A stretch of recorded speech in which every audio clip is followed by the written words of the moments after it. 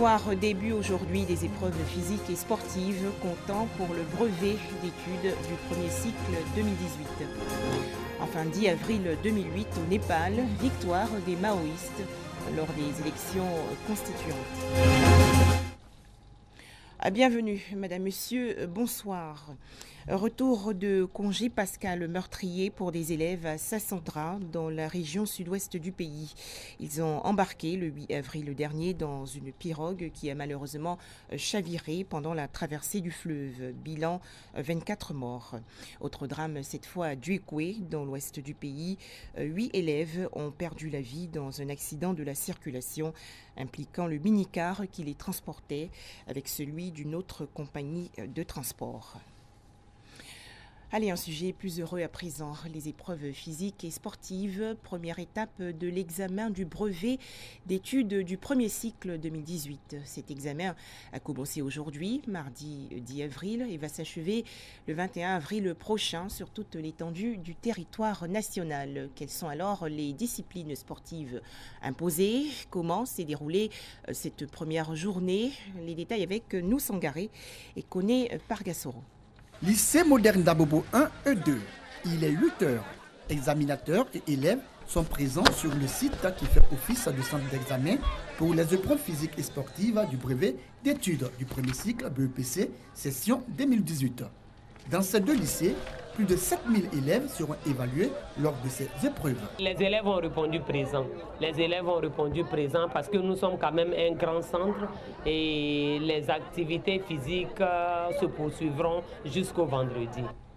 Lancer de poids, gymnastique et course de vitesse sur 60 mètres, des disciplines auxquelles sont soumis les candidats. Obtenir donc le précieux sésame qui leur ouvrira les portes du second cycle, c'est l'objectif visé par ces candidats qui ne veulent négliger aucune matière. Le poids physique est une éducation physique et sportive qui compte beaucoup dans l'examen et est importante pour nous. Le poids physique n'est pas négligé parce qu'elle bouge d'autres matières. La forte pluie qui s'est abattue sur la ville d'Abidjan a perturbé le bon déroulement des épreuves. C'est le cas au lycée Adama Sanogo. Quand on est arrivé ce matin, tout s'est bien passé, il n'y a pas eu de problème. Bon, peut-être c'est en fonction de la pluie qu'on nous a dit de venir lundi. Aujourd'hui, on a débuté les épreuves. Il y a d'autres qui ont fait 2, il y a d'autres qui ont fait 1, il y a d'autres aussi qui n'avaient pas fini et puis la pluie a commencé. La programmation a été faite par l'étape. Il y a un groupe qui passe les matins et le second le soir. Donc, je ne veux pas qu'il y ait un attroupement le soir. Par rapport aux élèves, on a décidé comme ça que ceux du matin doivent passer le lundi. Ces épreuves physiques et sportives marquent le démarrage de l'examen du BEPC session 2018 sur toute l'étendue du territoire. Cette année, la direction des examens et concours a instauré la convocation de tests pour les épreuves physiques et sportives. Elle offrait à tous les candidats l'opportunité d'effectuer un ultime contrôle des informations sur leur identité. Cette procédure permettra de tester la fiabilité des fichiers des différents candidats au BEPC et au test d'orientation en seconde, à savoir l'identité du candidat, la langue vivante, la matière facultative et son aptitude à l'EPS. Autre actualité, plusieurs établissements d'enseignement supérieur et autres associations de jeunes étaient récemment en compétition lors d'un concours d'art oratoire. C'est une initiative de la plateforme des clubs de la francophonie appuyée par la Commission nationale de la francophonie. Il s'agit d'évaluer la capacité des candidats à mobiliser les techniques oratoires. Mort de 500 000 personnes dans l'océan Pacifique. Face à l'auditoire, cette étudiante exprime ses idées. À sa suite, un autre, dans le même registre, expose ses arguments. Une compétition durant laquelle ces jeunes défendent leur position sur la traversée de l'eau, une chance pour l'économie. Thème de la deuxième édition des joutes oratoires, initiée par la plateforme des clubs de francophonie. Ce concours a été initié pour donner l'opportunité à la jeunesse de s'exprimer sur des sujets d'actualité, mais aussi pour conscientiser cette jeunesse et lui montrer qu'il y a la manière de l'art oratoire pour pouvoir exprimer ses idées. Ce concours nous a permis de confronter nos différentes connaissances, nos différentes personnalités, de rencontrer des gens qu'on n'aurait pas pu connaître, tels que des membres du PNJ, d'autres étudiants, d'autres facultés. Ça nous a permis aussi d'accroître notre culture personnelle. Ce qui est important, c'est de voir que le jeune arrive à s'exprimer. Il faudrait utiliser la parole pour convaincre. Il faudrait utiliser la parole pour convaincre et non de vaincre. Revenons à notre très cher pays, la Côte d'Ivoire. L'art oratoire pour permettre aux jeunes de développer des compétences personnelles. L'exercice met également en valeur l'utilisation de la langue française. Ils savent se documenter, ils savent donner leur opinion, ils savent réagir, ils savent que c'est cette langue-là qui va être leur porte-voix et leur trait d'union dans leur expression auprès de toutes les communautés et auprès de leur entourage. Nous avons à espérer de notre jeunesse parce que nous avons vu des jeunes très engagés au niveau de la francophonie à faire en sorte que les valeurs prônées par la francophonie soient une réalité. Les joutes oratoires ont réuni 16 équipes des établissements supérieurs et associations de jeunesse. La finale a opposé le Parlement des jeunes et l'Université méthodiste, vainqueurs de cette édition. 158 personnes en situation de handicap vont bientôt intégrer la fonction publique ivoirienne. Décision prise par le Conseil des ministres du 4 avril dernier. La Confédération des organisations des personnes handicapées de Côte d'Ivoire se dit satisfaite. Elle exprime aujourd'hui sa reconnaissance et sa gratitude au gouvernement. Le point avec Noussangaré. 158, c'est le nombre de personnes en situation de handicap que le gouvernement ivoirien compte intégrer cette année à la fonction publique. L'annonce a été faite le 4 avril dernier. Ce vaste recrutement va favoriser l'insertion professionnelle de cette catégorie de personnes qui souvent a du mal à trouver un emploi. La mesure qui contribuera à l'épanouissement des bénéficiaires réjouit la Confédération des organisations des personnes en situation de handicap en Côte d'Ivoire.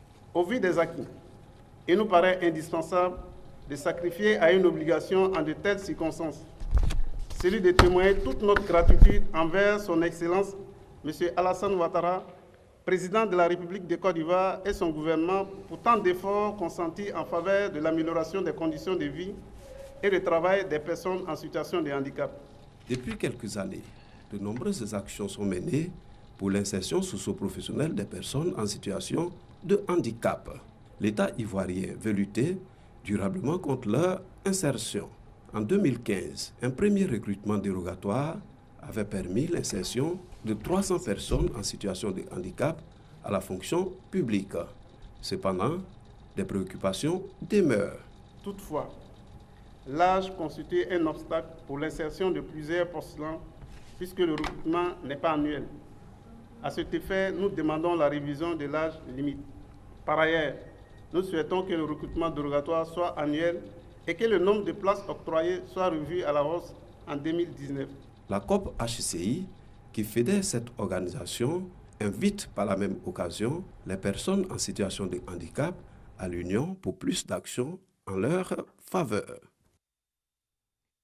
Qui a tué Ibrahim Barré Maïnassara? L'ex-président du Niger est décédé le 9 avril 1999 à Niamey, la capitale, après un coup d'État orchestré par sa garde personnelle. 19 ans après, ses partisans exigent toujours la vérité sur sa mort. Environ 50 morts dans une attaque chimique présumée contre les rebelles syriens le 7 avril dernier à Douma en Syrie. La Russie dépose aujourd'hui aux Nations Unies un projet de résolution. Moscou veut ainsi exiger la tenue d'une enquête qui impliquerait l'Organisation internationale sur les armes chimiques. Mark Zuckerberg est auditionné aujourd'hui au Congrès américain. Le président directeur général de Facebook prévoit de s'excuser. Mark Zuckerberg est empêtré dans plusieurs scandales, notamment un détournement de données personnelles à des fins politiques. Les élections constituantes népalaises de 2008 se sont tenues le 10 avril. L'Assemblée qui en résulte et qui comprend plus de 600 députés doit alors établir une nouvelle constitution. La monarchie sera-t-elle abolie en faveur d'une république? Les explications de Zélie Kaioura et Dangui Dangui. L'élection d'une assemblée constituante le 10 avril 2008 aboutit à la victoire d'un parti qui se réfère au maoïsme. C'est le dernier acte d'une tragédie qui a frappé la monarchie au Népal. Cette institution ancestrale a été profondément déstabilisée par le massacre de la famille royale le 1er juin 2001 Héritier de la dynastie des Shahs qui avait unifié le Népal au XVIIIe siècle, le roi Gyanendra, âgé de 60 ans, richissime homme d'affaires. Il monte sur le trône à l'issue de l'assassinat de son frère, le roi Birendra, lors d'une tuerie collective commise par le prince héritier. La crise éclate et en mai 2002, la rébellion maoïste s'étend. Le roi dissout le parlement, s'arroge les pleins pouvoirs et instaure l'état d'urgence en février 2005. En 2006, année de la révolte populaire à Katmandou, des manifestations éclatent au mois d'avril. 3 semaines de tensions orchestrées par une alliance de maoïstes et de partis parlementaires modérés. Le roi est sous pression. Il vit quasiment reclus. Les Népalais lui reprochaient son autocratisme et son arrogance. La montée en puissance du mouvement maoïste, après avoir orchestré une rébellion de 10 ans, 1996-2006, a fait quelques 13 000 morts.